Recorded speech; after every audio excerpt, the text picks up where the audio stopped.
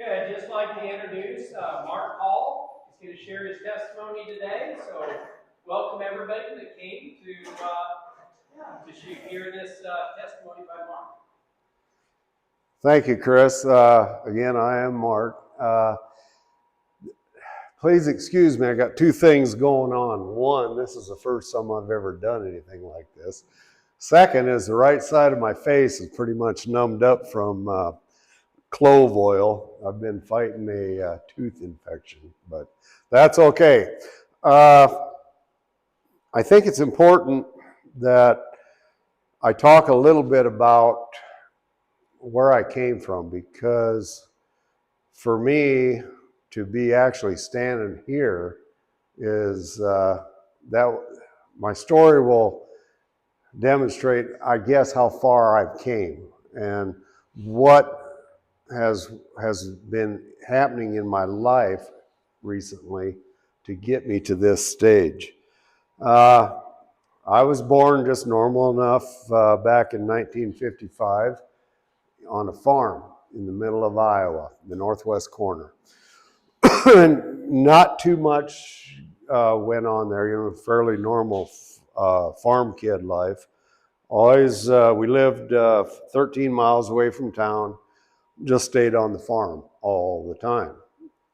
And that was fine. I went to school like everybody else, but I found at an early age that I had a real gift for getting in trouble at the wrong time. So, and I did those things. Why, I don't know, but I think I did it just to see what the result would be, stupid things. That ended up kind of biting me in the rear as life progressed on. So anyway, I had just an existence, just kind of being by myself all the time. I'd take my little 22 out and go hunt rabbits, squirrels, whatever else I could get, and had dreamed of just being kind of a woodsman. All right, so that worked out okay. And that I lived like that till I was about 14. And then one of my friends came by. He was 3 years older than I was, but he had got a car. So there we went, took off,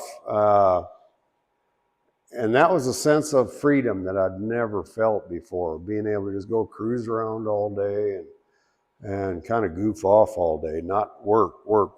But that's what I did. When I was 15, we moved into a town, the big town of Gruver, Iowa. That was a population of 49. Still has a population of 49. It did not take me long to be able to get into a whole bunch of trouble there. So much so that when I was in my second week of my junior year in high school, I was kicked out of school for smoking. And I'm not talking Camel non-filtereds, in the bathroom. So I went home, told my parents, I said, well, I guess I'm done with my school career, and that was it. My dad did not accept that very well, because he told me, he says, well, if you're old enough to make those decisions, you're old enough to be on your own. So off I went. That was shortly after my 16th birthday. And I had got a job for one of the industries there in town, and was working a night shift, was able to afford my own place, and I thought I was cutting a fat hog. I really did, I hadn't really tried too much in school. It was boring to me. So all of my mathematics skills were, how much do I have to work at the pay that I'm getting so I can afford gas for my motorcycle and beer and maybe chase some girls around town. So that's what my life was. And I had gotten my motorcycle at 15. It was a 305 Super Hawk Honda. It's the only Honda I've ever had in my life. I was able to trade that motorcycle for a 1942 flathead Harley when I was 16. So That started my career, which continues to this day. That's probably my worst addiction I have in my life, but that's okay. So anyway, moving along here, I still have this tendency to get in trouble. And that continued to follow through my 1 year of freedom, as I thought it was, to such an extent that I was given a choice a month before I turned 17 to either leave the state of Iowa for 2 years or become a resident of the state of Iowa for 2 years under a very, very controlled situation. So I didn't really think that was too much of a good time. And so I decided, well, I'll try to get out of the state. About that time, my dad decided maybe the Army or the Navy would be a good place for me to get some discipline. And the Army didn't want me because of what I'd done. The Navy says, yeah, we think we can get some discipline in this kid's life.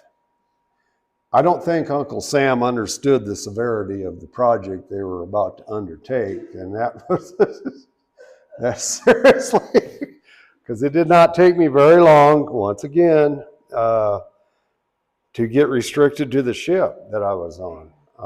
That was tough, and they ended up figuring the best thing for me would be out at sea. So that's what I did. We would go for months at a time and stay out at sea. But it got to the point where every port of call that I had, I would end up getting in trouble, get restricted back to the ship for various different things. And it was always my ego. And I have to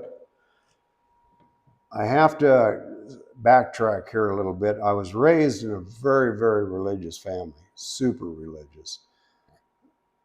And I went through baptism twice, all the things that you would do in a very heavy Lutheran church.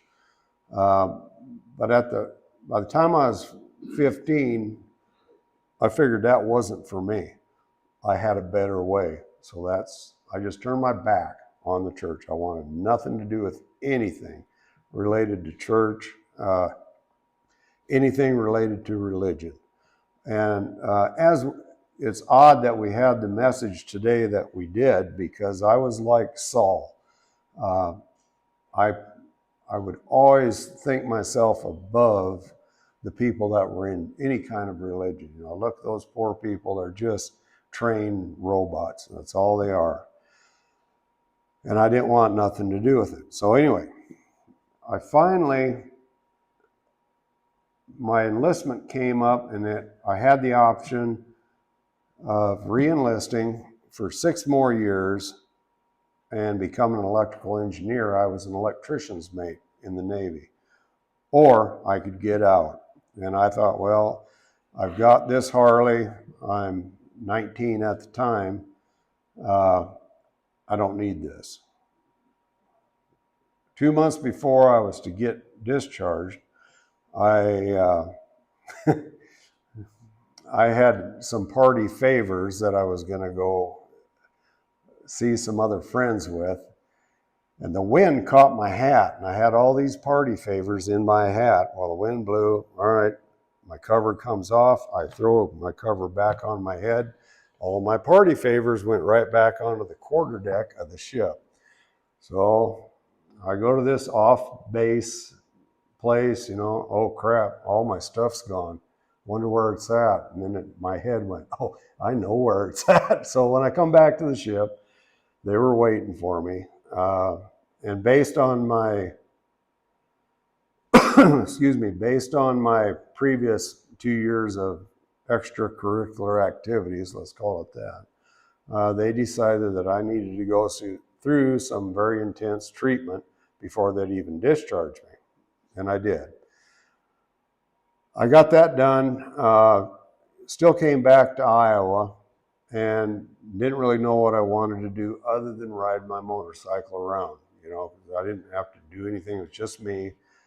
So I had this bike, got to meet a gal back there, and that kind of got serious. And I'd come back from a motorcycle rally and was sitting there partying with my buddies. And she goes, "Mark, you're going to be a dad. That you could have knocked me over with a feather." I went, "Okay, well, this sucks. This is not in my plan, you know." But I thought I better do the right thing. So we got married, and my first son was born, and that's the weirdest thing. You know, I was overjoyed. What a blessing. And I thought, this is it, you know. Then all of a sudden, here comes this other little baby girl. And I thought, wow, that's kind of cool. And so now I got a son and a daughter.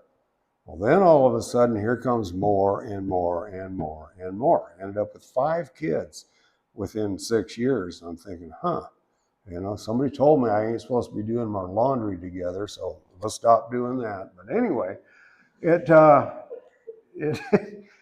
I ended up working as an electrician still, but then I went into farming for a little bit, managing a pretty good sized farm for a guy, and did very well at that. Again, I could do well at work, but it was just the time of being off work that I really needed to adjust on. My first wife, came from a religious family, and she said, "Mark, we got to get back into religion again." And I'm thinking, I don't know why, but if this is what you want to do, we'll try it. So I did. I went to another church that was not what I was brought up as. And that was fine. I actually got very involved in that for about 3 or 4 months, and was asked to do some talking. And I did. You know, it was odd to me that I was doing that. When I was, I don't know how to say this, but I was doing a sermon one day, and everybody, you know, got done with that. Well, the next day, I find out that our preacher was having another service in another town, but only with one person. So that kind of left me scarred of, you know, this religion business doesn't work for me at all. And I quit. Shortly thereafter, I made the decision without even considering my first wife's feelings or what the kids wanted to do. I said, we're going to move out to the mountains. And I came to Chalice, and I said, this is it. This is where we're going to live. And I did that, you know, but it was still, I worked up at the mine as an electrician. And I did well at that. I exceeded in that. I was a foreman within a year. My logic at that time was I had so many mouths to feed that I had to be better than everybody else and therefore get the top dollar. So again, you know, I'm focused on the here and now and whatever. So while I was working, I would work fine. But the minute I got off work, it was something different, you know.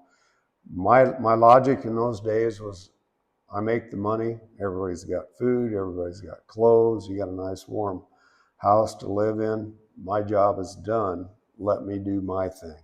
And my thing was just to get myself toasted to oblivion. You know, I don't know what I was running from, but I just wanted to be out of this world. Anyway, so that continued on until 1985. I had sold my bike when I came to Idaho, and that caused me a huge resentment. I'd never, you know, been without a motorcycle, and I was mad. Well, when I got mad, that kind of changed my relationship, and in November of 1985, I went to work. The wife had made me a great big lunch pail, not everything normal. I came home to Chalice, and there was a restraining order, a divorce notice, and that was the end of that. The sheriff was waiting for me. He said, "You can't be here. You can't be within 150 yards of here. Welcome to life." So we got divorced. She ended up getting married to a man that was very strong in the church. And my parents would call me and say, "Why can't you be like this guy? Why do you have to be the way you are?" So in my vast, infinite wisdom, I thought, all right, I don't want to be in religion. I do not want to be anything like what normal people would perceive as being the right person. So I am going to go and just be as far away from that as I can. And that led me down a path for the next 20 years of just a revolving door of either jails or treatment centers, riding motorcycles, just being, if you would have seen me in those days, I was the guy that you just looked at and then looked away from. You did not want to be around me. There was a very small circle of friends I had, and that's what we did. We were just on the fringe of society. It stayed that way for a long time. Never once did I even think about trying to get out of that rat race, because I was going to show everybody that I would do it my way. Professionally, I continued to advance. I was my job at that time was I was a traveling electrician, and I would go to work for whomever paid me the most money. And it made it very difficult on my second wife because we were moving every 3 or 4 months. Anytime I put down roots for 6 months or so, I would get in trouble again, back to jail or worse. And I continued that until 2000. In 2000, there was a very, very bad incident in my life that ended up with me facing life in Deer Lodge, Montana, through the power of attorney and some things that happened which is only, I can only say through the grace of God. I ended up with some very long probation, paid a boatload of money for my freedom, but I lost a lot of the freedoms that most Americans have. And that's all on me. I blamed God for that. Why would you let me get into this situation when he had nothing to do with it? I wasn't talking to him. I wasn't asking him for anything.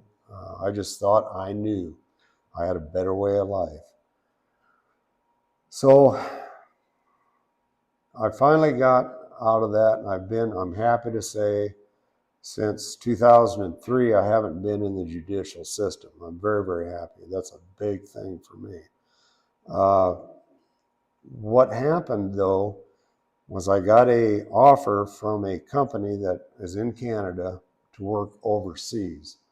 And I believe that is the beginning of my journey to get to this place right now. When I went overseas, everything I did over there was very, very controlled. I was there to work, not to play, and so that's what I did. So I spent some time in Indonesia, 3 months at a time, and I'd come back to salmon for a month. And I did that for a while, completed that job, and oddly enough, I just got back, and the tsunami hit. There's a big earthquake over in Indonesia. That big wave went across the Indian Ocean. 250 some thousand people died during that. So my wife is sitting there saying, "I don't want you to do anything dangerous anymore." I was underground tunneling. I'd been tunneling in Montana before that. And I said, "All right, I won't do anything dangerous anymore." Well, she had wanted me to stay home because I'd been gone so much. I said, well, okay, I'll stay here till somebody calls me. And it wasn't 2 weeks later, I got a phone call from a guy. He says, we want to fly you down to Colombia, South America. What could go wrong in Colombia, South America? so I did. That's what I did. I flew down there, and they made me a good offer. It was so good, in fact, that by the time I got back to Salmon, uh, I greeted my wife, and she goes, oh, Mark, by the way, you're going to learn how to speak Spanish fluently. Okay. So, and I did that for 18 and a half years. Was blessed enough to be able to build my wife a nice house up on Taft Avenue. And let me step back a little bit. When I first went to work for Columbia, they said, anywhere you want to live in the world, you can live as long as you're here at work. And I went home and told my wife that. She goes, I've always wanted to live in Costa Rica. So we did that for 2 years. And again, it was just a party. Whenever I went to work, I worked. But when I came home, it was party central. Anything you could think of doing, I did. And that's just the way it was. But what happened is in 2007, I came back and my wife says, hey, take a look at this thing that's on my leg. And it was a very, very dark, black, round spot. I suppose about like that. I said, oh, that don't look good, but let's wait and see what happens. So back down to Colombia I went. I came back a month later. It was about that big. So we went to the Costa Rican medical facility, which is quite good, I must admit. And they did a biopsy and it was cancer. And they said, you need to get her back to the States, wherever you live. And that's what we did. My wife spent 9 weeks every day, 1 day chemo, 1 day radiation, up in Montana at Missoula at the Cancer Center. Then they flew us to,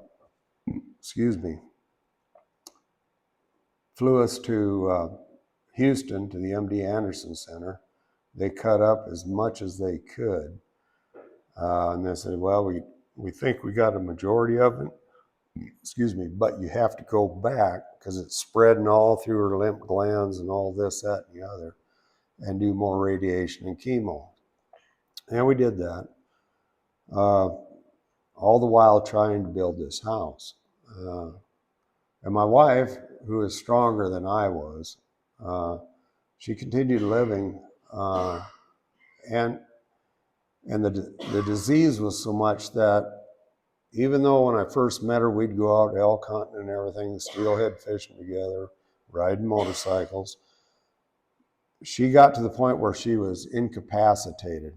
All she could do is, I bought her a recliner that laid out into a bed, massaged her, warmed her, whatever. But that was her life for the last 2 years of her life. That's all she lived. And then in January, I went down to Atlanta to get my passport renewed, my visa renewed. And I called her and, hey, you doing okay? Yeah. Do you want me to come home? No, I'll be all right. So I flew down to Colombia. That was on the 17th of January, 2019. On the 21st, I got a phone call from Lamhi County Sheriff that you need to get home right away. Your wife's dead, So that was it, And I thought about that on a 36-hour flight back home, That was when I cut all ties with any kind of a God. How could you do this, What I didn't realize at the time was, I think the Lord knew she was done suffering. She'd had enough. But I was too self-centered and too wrapped up in my own ego to even consider that. So then I went way downhill. I didn't want to do nothing. I was working from home for the company in Columbia for another year and a half, but it was half-hearted to say the least. I decided then to sell the house that I'd built for my wife that God had taken away from me. And I went back to where I was born to do a power plant job, still partying like there was no tomorrow. And I was there 14 months. And one Sunday, my daughters came unannounced to find me sitting in my garage, just blazed. This was at 10 o'clock in the morning. And I couldn't even stand up to hug them, do anything. And my youngest daughter, she just freaked out, started bawling, and they took off. I was sitting there looking at everything, and I thought, surrounded by my bikes, and I thought, this is it. I've isolated everybody in my life. I have kids that I haven't talked to for 20 some years. I've got grandkids that had never seen me. And that's the saddest part of all this, is my grandkids, of the 16 grandkids that I have, 14 of them were in their 20s before they knew me, before they actually got to get a hug from me. And the waste. But that Sunday, I says, this has got to stop, and I knew I couldn't stop it myself. And I don't know if I broke down or what happened, but the next day, my oldest daughter came back and she said, Dad, I want to take you to this place and meet these people. And that was my very first meeting that I went to in a fellowship that tries to help people get over addictions. And I had a lot of addictions. So I did that, and what turned me away from it at first was I had to let God into my life. And I says, that is not happening. He has turned his back on me. He has nothing to offer for me. And I lived like that for quite a few years. Well, about a year afterwards. And oddly enough, because I hadn't taken that surrender or hadn't taken that step, I came back to Salmon. I was living out there on a ranch all by myself, and right back into the same things I was doing because it was comfortable for me. I did that for about 2.5 months, and about a year and a half ago, I says, Mark, this is it. Something's got to change again. And so I went to church, one of the churches here in Salmon, and I opened up this Bible that I'd had, and I started reading it, and I thought, well, maybe. And that, I guess, is finally was the crack in the wall that I'd built up around myself, is to maybe let this spirit come into me. And oddly enough, the compulsion that I had, this obsession to just stay toasted all the time, was gone. And it has not yet returned. But what is weird to me is over time, and I'm in a program now that teaches me to come to rely on a higher power, something more than what I am. And every day I would start this little prayer session and this reading session and this meditation. And things started happening, that I couldn't explain. And I was like, whoa, that's weird. And it felt good. And the biggest thing that I noticed was I had this sense of calm and peace inside me. I wasn't afraid of anything, I was supposed to be always this badass biker that just didn't fear nothing. But that was a front that I'd put up for people, because inside I'm just a little nervous hamster running around. But step by step, day by day, it just kept growing and growing and growing. And I thought, man, how weird is this? And it kept, I couldn't explain it.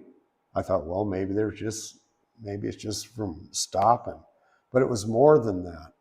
It wasn't just stopping drinking and drugging.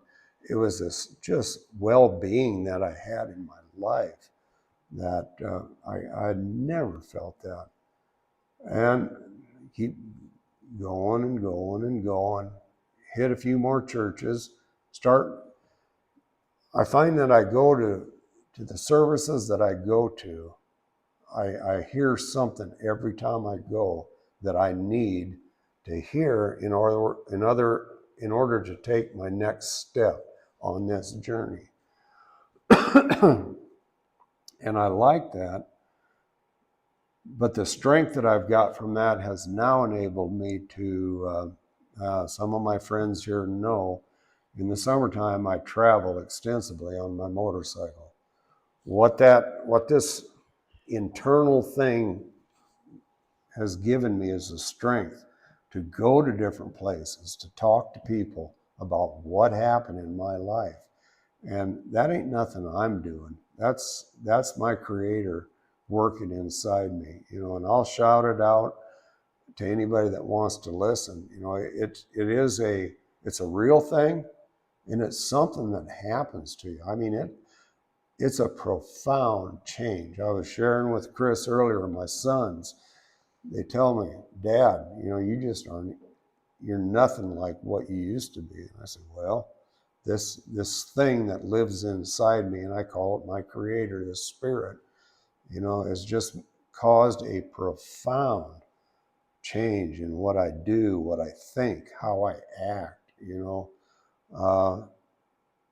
I can finally, my ego was always big, but I come to realize that ego is just edging God out, but if you stop and let yourself become open to Him, things that you can't even comprehend will start happening to you. I have the courage now to do some things, some self-analyzing that I've never thought I would do. The amazing thing is 5 years ago, had you told me I would be standing in a pulpit with a cross behind me, I would have laughed you to the next county. I'm Mark Hall. I don't need any of that crap. I've come to find out I need it every day, sometimes every hour, every minute, but it's always there, And I don't know if anybody can get a message out of that, but Mark's message is, the things that have been given to me with this new feeling that I have, this new avenue or journey that I'm on, I have no intentions of going off that road. Thank you for listening. That's all I got.